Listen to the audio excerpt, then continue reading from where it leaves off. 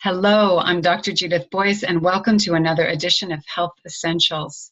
This week is summer celebration of essential oils. I'm going to be sharing with you some of the most recent and exciting research about essential oils that's applicable to us now, right now, in the summer season. I'll also be sharing with you at the end how you can take a deeper dive to learn about safely, effectively using essential oils with your family. So the first study was published in February of 2017, and it looked at 4 different essential oils and compared it to DEET, which is considered the gold standard for insect repellents. DEET is an excellent insect repellent, but it's also really toxic, and it can destroy things that it's sprayed on. So there's an ongoing exploration of trying to find alternatives to DEET. It's also considered too toxic to use for babies and for pregnant women. And I have to say, if it's toxic for babies and pregnant women, probably none of it should be exposed to it. So the 4 essential oils, and this first study I'm going to share with you: holy basil, oxymum sanctum, mentha piperita, peppermint, eucalyptus globulus, eucalyptus, and plectranthus amboinicus, which is Mexican mint. So they found that of those 4, eucalyptus globulus did an okay job of repelling insects for about an hour and a half, but the other 3 kicked butt. For at least 6 hours, they were able to repel mosquitoes, and that was the holy basil, peppermint, and the Mexican mint. Then they put the 4 essential oils together: eucalyptus, peppermint, Mexican mint, and holy basil, and that combination was 4 times more potent than the DEET. You only needed a 5% dilution to have 6 hours of protection. Compared to the DEET, you needed a 20% solution. So that combination of 4 essential oils was 4 times more potent than DEET. That was the most exciting research that I've seen for a while on essential oils. Another study that was done in India, and by the way, a lot of the insect repellent studies that you find are done in India and in tropical countries because it's such a major issue in the tropics. The tropical mosquitoes can carry malaria, dengue fever, yellow fever. There are all kinds of diseases that the mosquitoes can carry. And in fact, I lived in India for about 4 months, and I remember going by one of the cashew topes. The cashew topes are like a field of cashew bushes.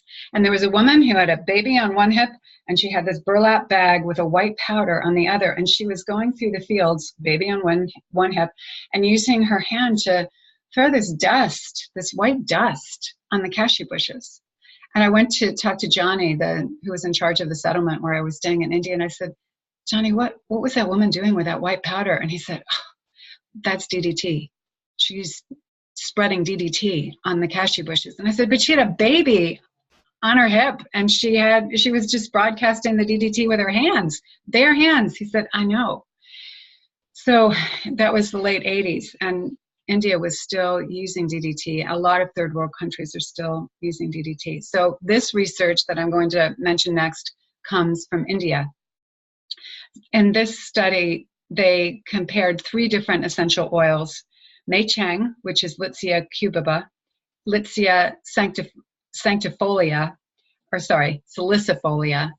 That one I couldn't find the common name for. It's another same family as the Mei Cheng tree. And then Melaleuca leucodendron, which is called cajeput or weeping paperbark. So they tested the 3 essential oils separately and then in combination. And the 2 that had the most potent effect in combination were the 2 Litseas, the Litsea cubiba and the Litsea salicifolia. So those 2 essential oils had a really potent effect against mosquitoes. Then I looked at research that had to do with ticks, because there are more and more people in the United States and in Europe who are struggling with Lyme disease. So again, this first study compared the different essential oils with DEET. That's the gold standard at this point. And they found that none of the essential oils by themselves, and they looked at 8 essential oils, they only looked at single essential oils. None of them were as effective as DEET. The most potent was oregano, followed by clove, thyme, vetiver, sandalwood, cinnamon, cedarwood, and peppermint essential oils. So oregano was the most potent, peppermint was the least potent. And then finally, there's a study that was looking at both ticks and mosquitoes. And this was comparing 3 essential oils: Juniperus communis, which is common juniper; Juniperus chinensis, which is Chinese juniper; and then Cupressus funebris, which is Chinese weeping cypress. And of all of them had insect and tick repelling properties. And the most potent of the 3, and almost very close to the potency of DEET, was common juniper. So these are really wonderful studies that show that essential oils offer a healthy and potent alternative to using DEET.